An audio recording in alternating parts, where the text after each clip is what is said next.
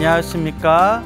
소중한 나 무한행복 소나무 시간입니다. 만나서 반갑습니다. 오늘 여러분께 또 아주 재밌고 또 감동이 가득한 어느 불자분의 그런 아름다운 체험단, 그 수행의 체험 이야기를 들려드릴까 합니다. 그 보려나 김정자 불자님의 그런 아름다운 감동이 가득한 이야기가 되겠습니다. 이 불자님께서 지금 연세가 60이 넘은 그런 여성 불자님이신데요.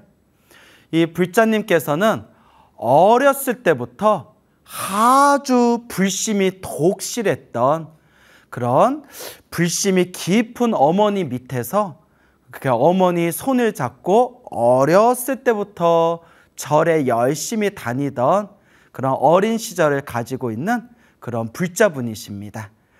이 불자분이, 이 보살님이 이제 20대 아주 그 젊은 나이에 이제 결혼을 하시게 되었는데, 근데 이제 결혼을 물론 이제 좋은 분을 만나서 이 사람하고 평생을 함께 할 수 있겠다라는 마음으로 이제 결혼을 딱 하셨는데, 아이고, 시동생이 5이나 있었대요. 5명이나 시동생이 있는 그런 집안에 이제 맏며느리로 들어간 거예요. 이야, 참, 예전에는 뭐 그런 거에 대해서 크게 연연을 안 했겠지만 요새 같은 핵가족 시대에는 정말 보기 드문 일이죠. 그렇게 시동생이 5이나 있고 그 20대 젊은 나이에 그 집안에 이제 맏며느리가 되어가지고 그렇게 이제 가정생활을 시작하게 됩니다.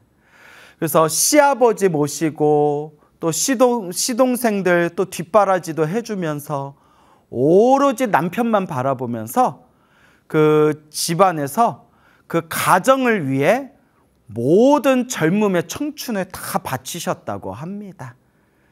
그렇게 한 사람의 부인으로서, 한 사람의 아내로서, 또 시아버지의 그런 며느리로서, 그리고 이제 자식들의 그런 어머니로서 오직 그 젊은 시절을 가정에다가 모든 것을 이제 몰입하고 집중하고 오직 가족들을 위해서 희생하는 삶을 살아오셨는데, 큰 문제가 생겨버렸어요. 그토록 믿고 의지했던 남편이 바람을 핀 거예요. 바람을 피고 이제 외도를 하면서 심지어는 집을 뛰쳐나가 가출을 해버렸대요, 남편이. 얼마나 억장이 무너지겠어요.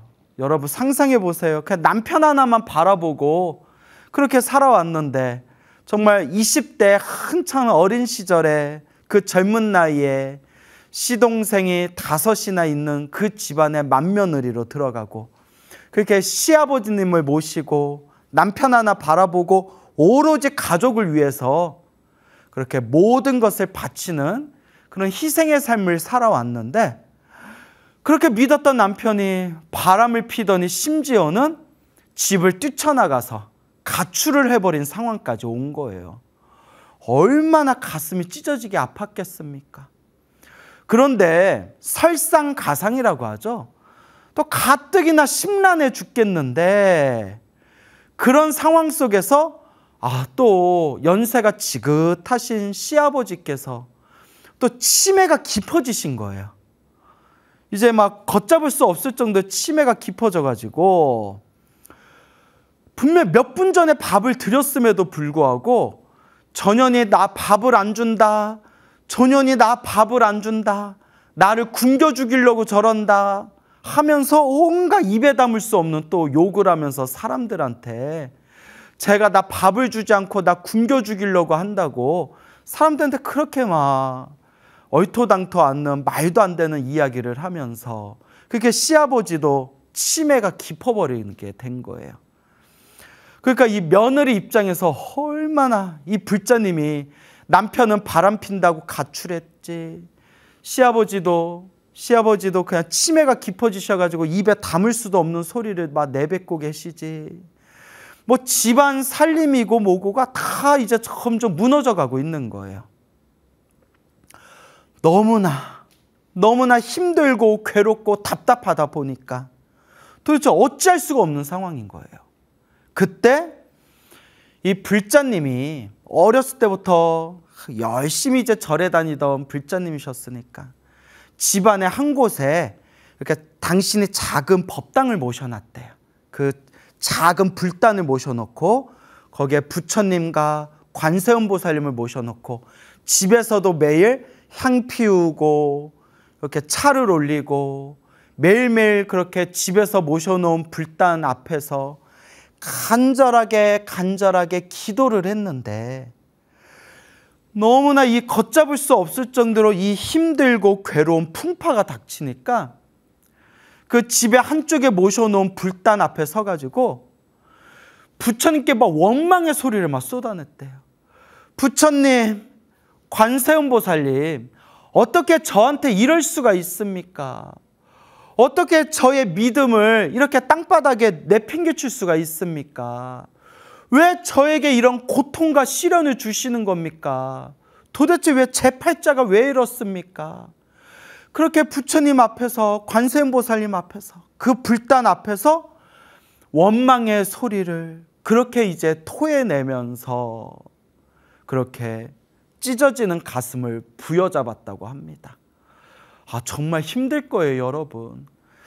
남편이, 평생 의지하던 남편이 바람 핀다고 집을 가출했거나 혹은 이렇게 오랫동안 모시던 시아버지께서 갑자기 치매가 심해져 가지고 그런 비정상적인 언행을 막 이렇게 펼쳐내고 있는 이런 상황이, 이 둘 중에 하나만 그런 일을 겪어도 사람이 막 정신이, 멘탈이 붕괴되고 휘청휘청할 텐데 한 번에 이 두 가지 일을 겪고 집안일들도 온갖 어수선하고 뒤숭숭하니 이 불자님의 가슴이 얼마나 찢어지고 얼마나 힘들고 얼마나 괴로웠겠어요. 그동안 내가 부처님께 그렇게 내가 기도하고 그렇게 관세음보살님을 기도하고 그렇게 부처님 믿고 의지하면서 살아왔는데, 내가 그렇게 부처님께 기도하고 복을 지었는데 고작 나에게 돌아온 게 바로 이런 거란 말인가? 내가 이런 꼴을 보자고 내가 부처님을 모시고 집에서조차도 부처님과 관세음보살상을 모시고 그렇게 신행생활을 해왔던 것인가? 5만 가지 생각이 다 들었겠죠. 웬만한 사람들은 아마 이쯤에서 불심을 잃어버릴 수도 있었을 거예요. 에휴, 부처님 열심히 믿어봤자 아무 영험 없구나, 아무 소용 없구나 라고 그런 마음의 불심이 다 무너져 버려도 우리 스님들 입장에서 정말 뭐라 할 말이 없을 정도로 그런 괴롭고 답답한 상황이었을 겁니다. 그 고통과 괴로움과 그 답답함을 부여잡고 마치 실성한 사람처럼 그냥 멍하니 이제 멍 때린다고 그러죠.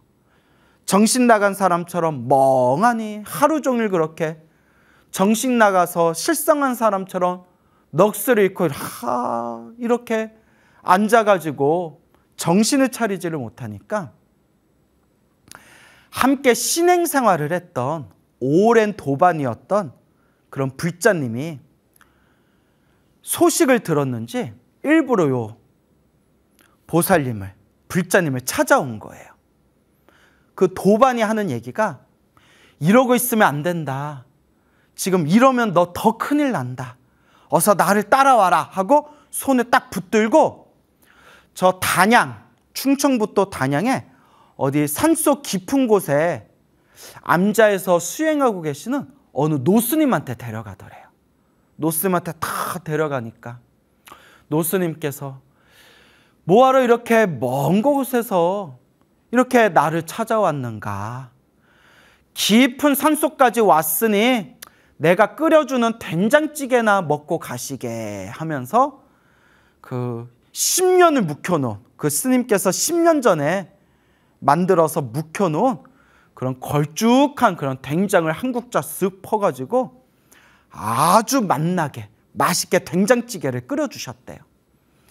그 된장찌개를 이렇게 먹으면서 막 눈물을 주르륵 흘리면서 된장찌개를 먹으면서 그 스님께서 정성스럽게, 노스님께서 정성스럽게 끓여주신 그 된장찌개를 다 먹고 난 뒤에 그 스님의 그 애틋하고 그 정성스러운 마음에 눈물을 펑펑 쏟으면서 스님한테 자기 이제 사연에 대해서, 이 답답한 마음에 대해서 노스님께 이렇게 말씀을 드렸답니다. 노스님께서 다 이야기를 듣고 하시는 말씀이 다 인연법이다. 이 모든 게 다 인연법이구나. 보살님, 이왕 오셨으니까 법당에 들어가셔서 오늘 밤에 3000배를 하십시오. 3000배를 하면서 내가 잘못했습니다. 시아버지와 남편과 그 가족들에게 정말 진정으로 참회하는 마음으로 3000배를 하십시오 라고 했대요. 노스님께서. 이제 날이 저물었으니까 이왕 왔으니 그 답답한 마음 다 내려놓고 법당에 가서 시아버지, 남편, 가족들을 향해서 잘못했습니다. 내가 잘못했습니다. 라는 마음으로 지극히 참회하는 마음으로 부처님께 3000배를 올리고 그 답답한 그 가슴에 그 답답한 그 응어리를 다 내려놓고 홀가분한 마음으로 집으로 돌아가십시오. 이 얘기를 딱 듣고 요 불잼이 기가 막히더래요. 아니, 상처받은 건 나고 지금 괴롭고 고통스러운 건 난데 내가 상처를 받았는데 왜 내가 나에게 상처를 준 남편과 나를 지금 힘들게 하고 있는 시아버지와 내 마음을 몰라주는 가족들을 위해서 왜 내가 내 탓이요, 내가 잘못했습니다, 왜 내가 참회 기도를 해야 되지? 라는 생각이 들더래요. 어이가 없더래요. 어이없어. 하지만 스님의 권유에 따라서 법당에 들어가서 한 배, 절 한 번, 그렇게 부처님을 향해서 그와 같이 절을 올리고 그와 같이 절을 올렸다고 합니다. 부처님, 절을 올리면서 3000배가 끝날 때쯤에 눈에서 하염없이 눈물이 펑펑 쏟아지더래요. 쭈루루 눈에서 눈물이 펑펑 쏟아지는데 그 눈물이 막 슬픔의 눈물도 아니고 그렇다고 무슨 기쁨의 눈물도 아니고 그냥 말로써 표현할 수 없는 어떤 마음 밑바닥에 그 응어려진 그 마음 밑바닥에 있는 그 어떤 답답함이 이렇게 녹아 흘러 사라지면서 하염없이 눈물이 쏟아지더랍니다. 부처님. 그러면서 마음이 훨씬 편안해지셨대요. 이게 기도의 힘이구나. 이게 참회의 힘이구나. 이게 부처님을 향한 3000배의 힘이구나. 그날부터 마음에 무언가를 느낀 이 불자님께서 매월 초하루 때마다 한 번도 빠뜨리지 않고 그 단양의 산속에 계시는 노스님 절에 가서 매월 초하루 때마다 매달마다 그렇게 부처님께 3000배를 올렸다고 합니다.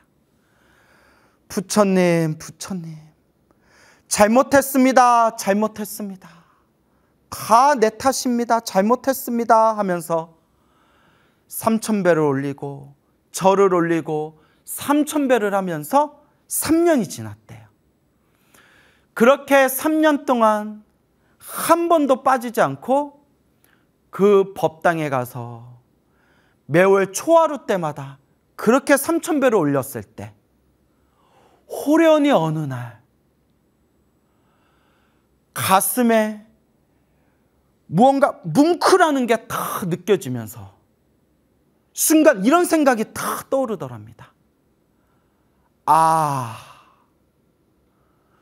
정말 내가 잘못했구나. 나는 내가 가정을 위해서 희생하고 있다. 나는 가정을 위해서 모든 걸 다 바쳤다. 나는 모든 걸 가정을 위해서, 오직 가족들만을 위해서 살아간다. 내가 이렇게 열심히, 내가 이렇게 희생하면서 살고 있구나 라고만 생각했는데, 나의 이런 모진 성격 때문에 우리 시아버지가 얼마나 내 눈치를 많이 보면서 사셨을까. 내 남편이 남 때문에 얼마나 숨이 막히면서 살았을까. 그 내 시동생들이, 내 가족들이 얼마나 나 때문에 가슴 답답해하면서 눈치 보면서 살았을까. 아, 나는 가족을 위해서 잘한다고 생각하면서 살았지만 실은 내가 가족들을 불편하게 했던 사람이었구나 라는 게 딱 자기 마음이 보이더래요. 아, 나는 가족을 위해서 산다고 생각했지만 실은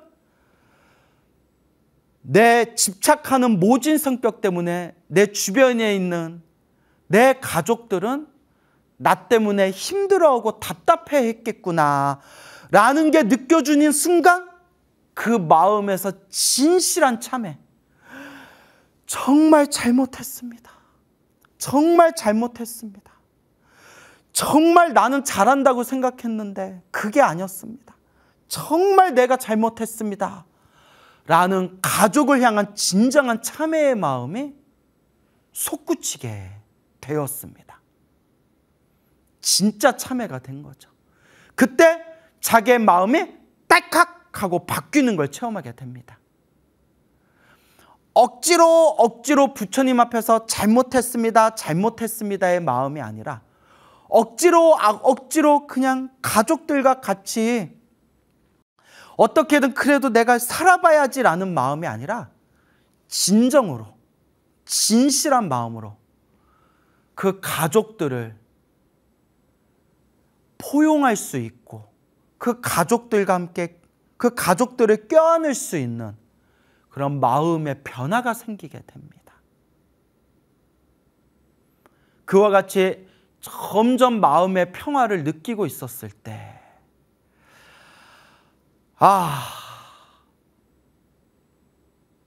이 또 어떤 일이, 또 이 어찌 이렇게 힘들고 괴로운 일이 닥쳤는지, 그 불자님이 이제 그 마음의 평화를 좀 얻을까 싶을 때 병원에서 청천벽력과 같은 소식을 듣게 됩니다. 몸이 너무 이상해서 검진을 받았는데 의사의 말이 폐암 4기입니다. 폐암 4기입니다. 앞으로 3개월 정도 남았습니다 라는 시한부 인생을 선고받게 됩니다. 폐암 4기에 의사의 소견으로 약 3개월 정도의 수명이 남았습니다. 얼마나 놀라고 얼마나 무섭고 얼마나 고통스러웠을까요? 여러분, 조금만 한번 생각해 보세요. 내가 앞으로 나이도 아직 젊고 앞으로 내가 해야 할 일도 많고 아직 내가 이 가족들과 함께 이 가정에서 마무리 짓지 못한 일들도 많은데 몸 상태가 자꾸 이상해요. 병원에 갔어요. 병원에서 큰 병원에 한번 가보시면 어떻겠습니까? 큰 병원에 가서 정밀검진을 받아보십시오. 이제 큰 병원에 정밀검진을 받으러 가면 그래도 사람 마음이 이거 어떡하지? 좀 무섭다. 아니야 괜찮을 거야. 괜찮아. 별거 아닐 거야. 그냥 정밀검진 받고 뭐 몸 좀 이상하면 뭐 약 먹고 치료받으면 되지. 아이 괜찮아 하는 마음으로 큰 병원에서 정밀검진을 받은 뒤에 결과가 나왔는데 폐암 4기입니다. 완전 암 말기죠. 3개월 남았습니다 라는 말을 들었을 때 우리 감정이 어떨까요, 여러분? 스님인 나조차도 딱 그 소리 듣는 순간 저는 나무 아미타불, 그냥 나무 아미타불 연불 소리가 절로 나올 것 같아요. 나무 아미타불, 나무 아미타불. 여러분은 어떨 것 같습니까? 여러분들의 감정은. 그 불자님이 그 소리를 듣는 순간 그동안 불교 공부 좀 했다고, 나름대로 불교 공부 좀 했다고 생각해 왔는데 생사가 본래 둘이 아니다, 삶과 죽음이 본래 둘이 아니다 라는 걸 귀가 따갑도록 들었는데 막상 3개월 남았습니다 소리를 들으니까 가슴이 우두두두두두 무너지는 소리가 들리더랍니다. 어떡하지? 어떡하지? 야, 참 여러분, 그렇게 어렸을 때부터 엄마 따라서 절에 열심히 다니고 그렇게 젊었을 때부터 신행생활도 많이 했고 이 가정에서의 이 불화 때문에 이 마음을 평온하게, 이 마음을 가라앉히기 위해서, 이 마음을 다스리기 위해서 3년 동안 그렇게 3000배도 많이 했는데 암 말기입니다.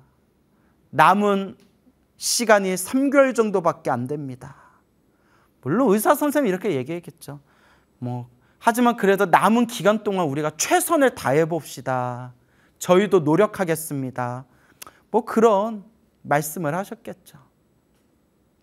하지만 이렇게 내가 열심히 젊은 시절부터 부처님을 그렇게 내가 기도하고 부처님을 모셔왔는데 왜 나에게는 자꾸 이런 시련이 닥칠까? 왜 이런 시련과 괴로움과 고통이 끊임없이 닥칠까? 웬만한 사람이라면 남아있던 불심도 아마 꺾여버렸을 거예요. 참, 부처님 백날 믿어봤자 의미 없구나. 부처님 믿어봤자 어차피 당할 일은 당하는구나. 아유, 부처님 믿을 시간에, 절에 가서 기도할 시간에 차라리 여행이나 다닐 걸. 이런 마음도 충분히 생길 수가 있을 겁니다. 이 보살님도 얼마나 무섭고 답답했겠습니까? 숨이 막혀오는 그런 답답함에 그 답답한 마음을 안고 다시 이제 노스님을 찾아갑니다. 스님, 저 어떡합니까? 노스님께서 그 사연을 다 들으신 뒤에 이렇게 말씀하셨다고 합니다. 100년을 살아도 1000년을 더 살아도 결국은 무상하다. 결국은 영원한 것이 없다. 인연법이다. 우리 앞에 펼쳐진 이 모든 게 다 인연법이다. 우리 부처님께서 말씀하시기를 모든 존재가, 모든 것이 다 저마다 설법을 하고 있구나라고 말씀하셨다. 그러니 보살님이 가지고 있는 그 암세포가 무슨 설법을 하고 있는지 암세포가 들려주는 그 설법의 소리에 귀를 기울여 보십시오 라는 정말 무슨 엉뚱한 소리를 하시더라는 거예요. 아니 무슨 암세포가 들려주는 그 설법 소리를 들으십시오. 뭔 소리야, 사람 죽게 생겼는데.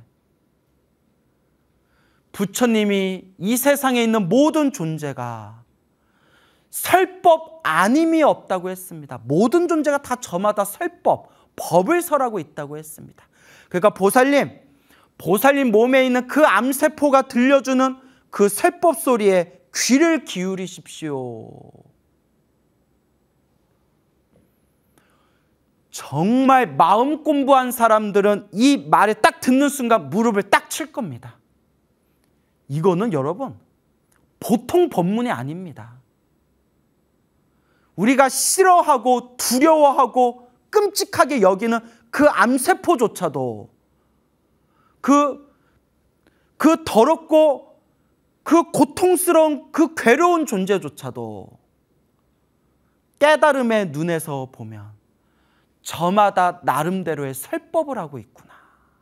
법을 설하고 있구나. 불자님, 그렇게 괴로워만 하지 마시고 그 암세포가 설법하고 있는 그 소리를, 그 법문을 귀 기울여 보십시오. 이 정도 그 노스님의 그 말씀을 알아들을 정도의 사람이라면 평소에 마음 공부를 많이 한 사람일 겁니다. 놀랍게도 그 불자님이 딱 알아들은 거예요. 그리고 막 마음에서 새로운 힘이 솟구치더래요. 이 불자님이 허투루 절에 다니신 게 아니에요. 나름대로 기도하고 나름대로 공부하고 나름대로 닦은 게 있는 분이에요. 그렇지 않고서야 이런 엉뚱한 소리를 듣고 마음에 새로운 힘을 얻었다라는 표현을, 그렇게 이런 이야기를 듣고 다 죽어가는 사람이 그래 맞아, 그래 맞아, 그 말씀이 맞아 하고 새로운 힘을 얻었다라는 것은 이 불자님이 그래도 닦은 그 공덕의 힘이 있으신 분이에요. 순간 이 불자님이 이와 같은 생각을 일으켰다고 합니다. 그래, 이 시련과 이 역경과 이 고통과 이 괴로움을 나를 수행시켜주는 스승으로 삼자. 나는 이 내용을 보는 순간, 이 내용을 듣는 순간 소름이 쫙 끼쳤어요.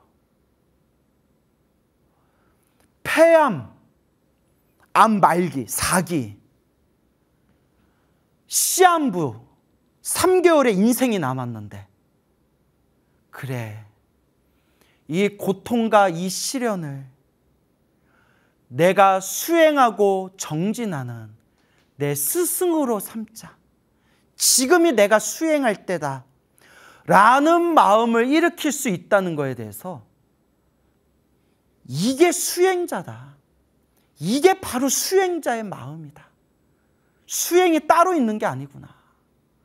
어떻게 그런 절박한 상황에서 이 절박함, 이 낭떠러지와 같은 이 내 인생의 이 역경을, 그래, 나를 수행으로 이끌어주는 스승으로 삼자 라고 마음의 원력을 세우면서 그날부터 더 열심히 기도하고, 그날부터 예전에 봤던 부처님의 경전을 다시 다 꺼낸 뒤에 이제 눈으로 보는 게 아니라 마음으로 그 경전의 말씀을 한 구절 한 구절 음미하기 시작했다고 합니다.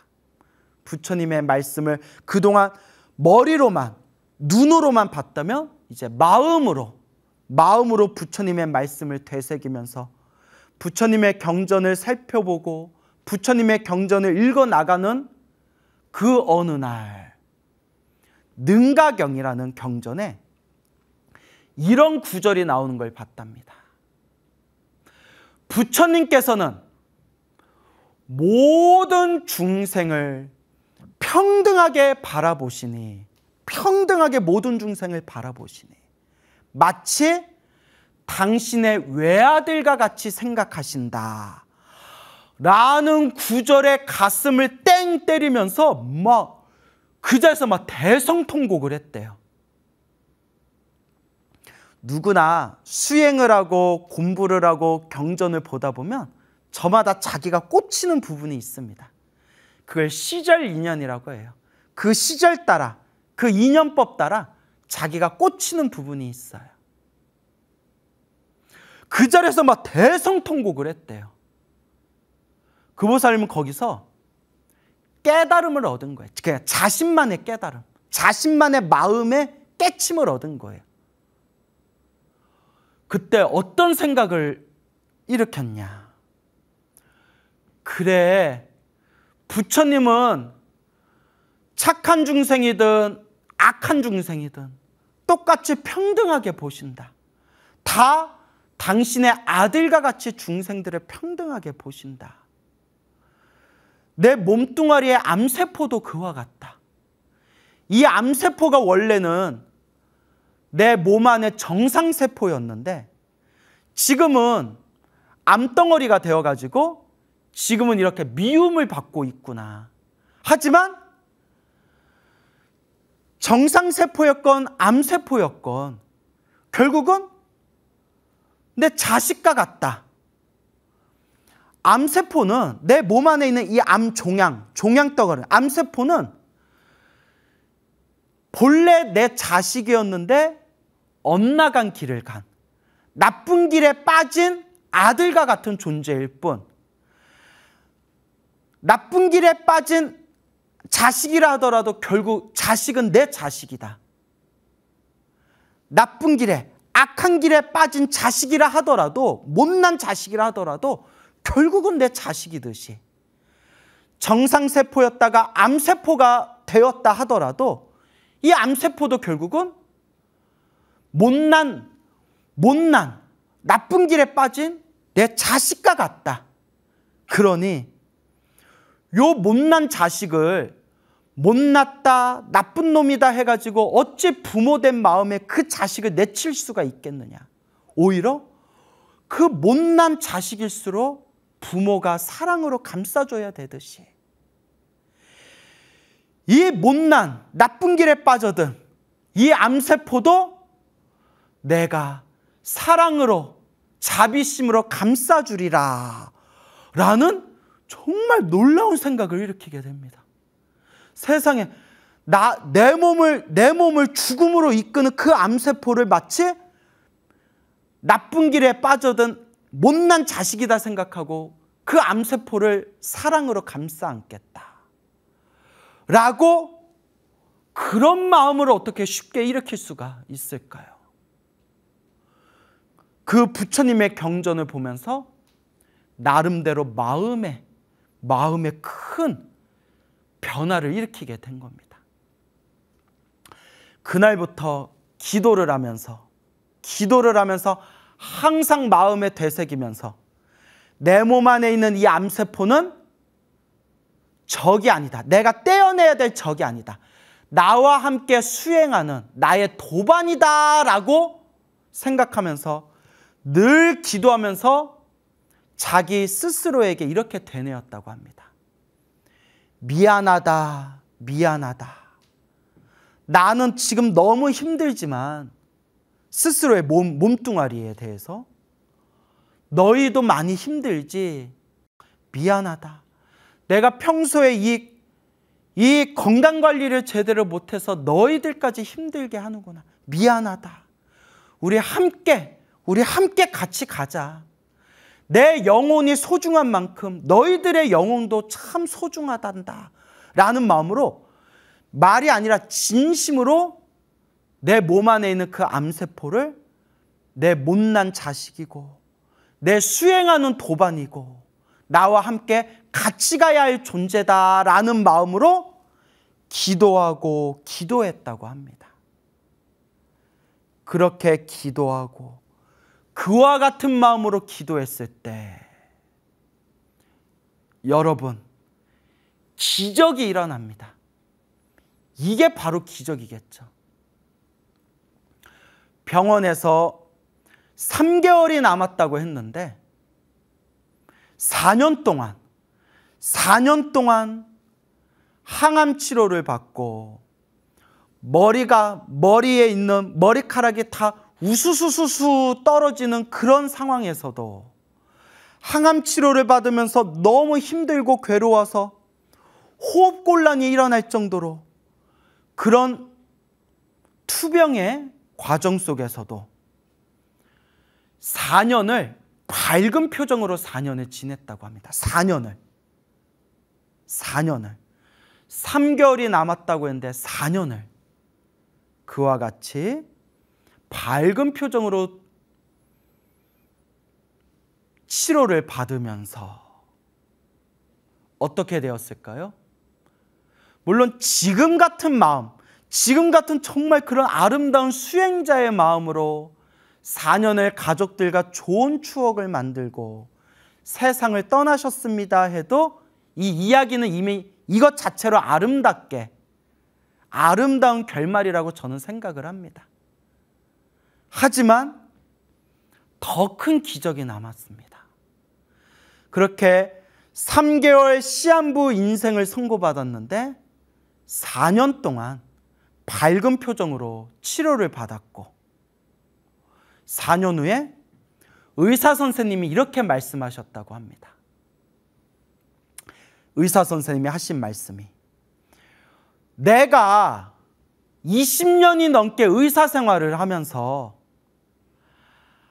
폐암, 4기 암 말기 상태, 지금 이런 상황에서 종양을 완벽하게 떼어낼 수 있을 만큼 이렇게 몸 상태가 호전된 이런 경우를 내가 20년 만에, 의사생활 20년 만에 저도 처음 봅니다 라고 하면서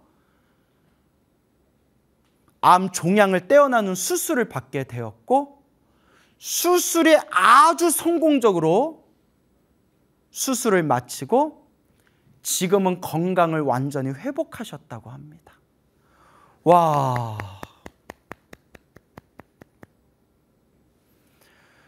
불자님이 건강을 회복하신 이 보려나 불자님이 이런 말씀을 남깁니다.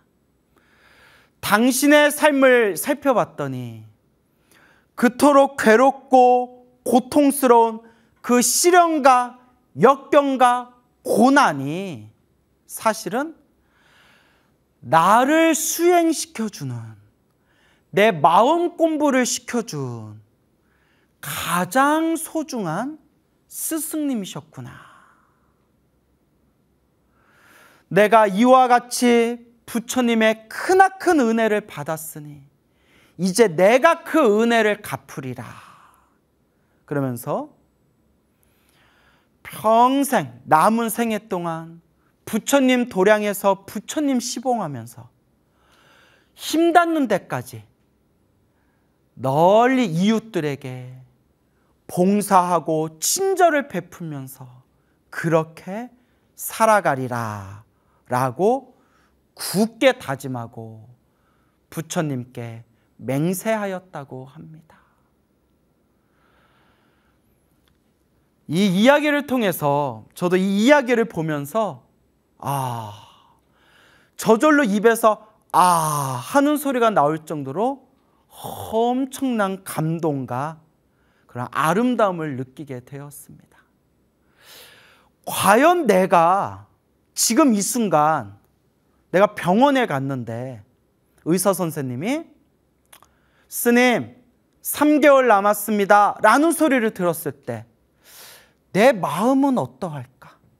그 3개월 동안 나는 과연 무엇을 하고 있을까? 나는 그 남은 내 시한부 인생 동안 어떤 길을, 어떤 걸음을 걸어 나갈까? 라는 걸 스스로 살펴봤습니다. 여러분, 지금 들려드린 이 보려나 불자님의 이야기는 정말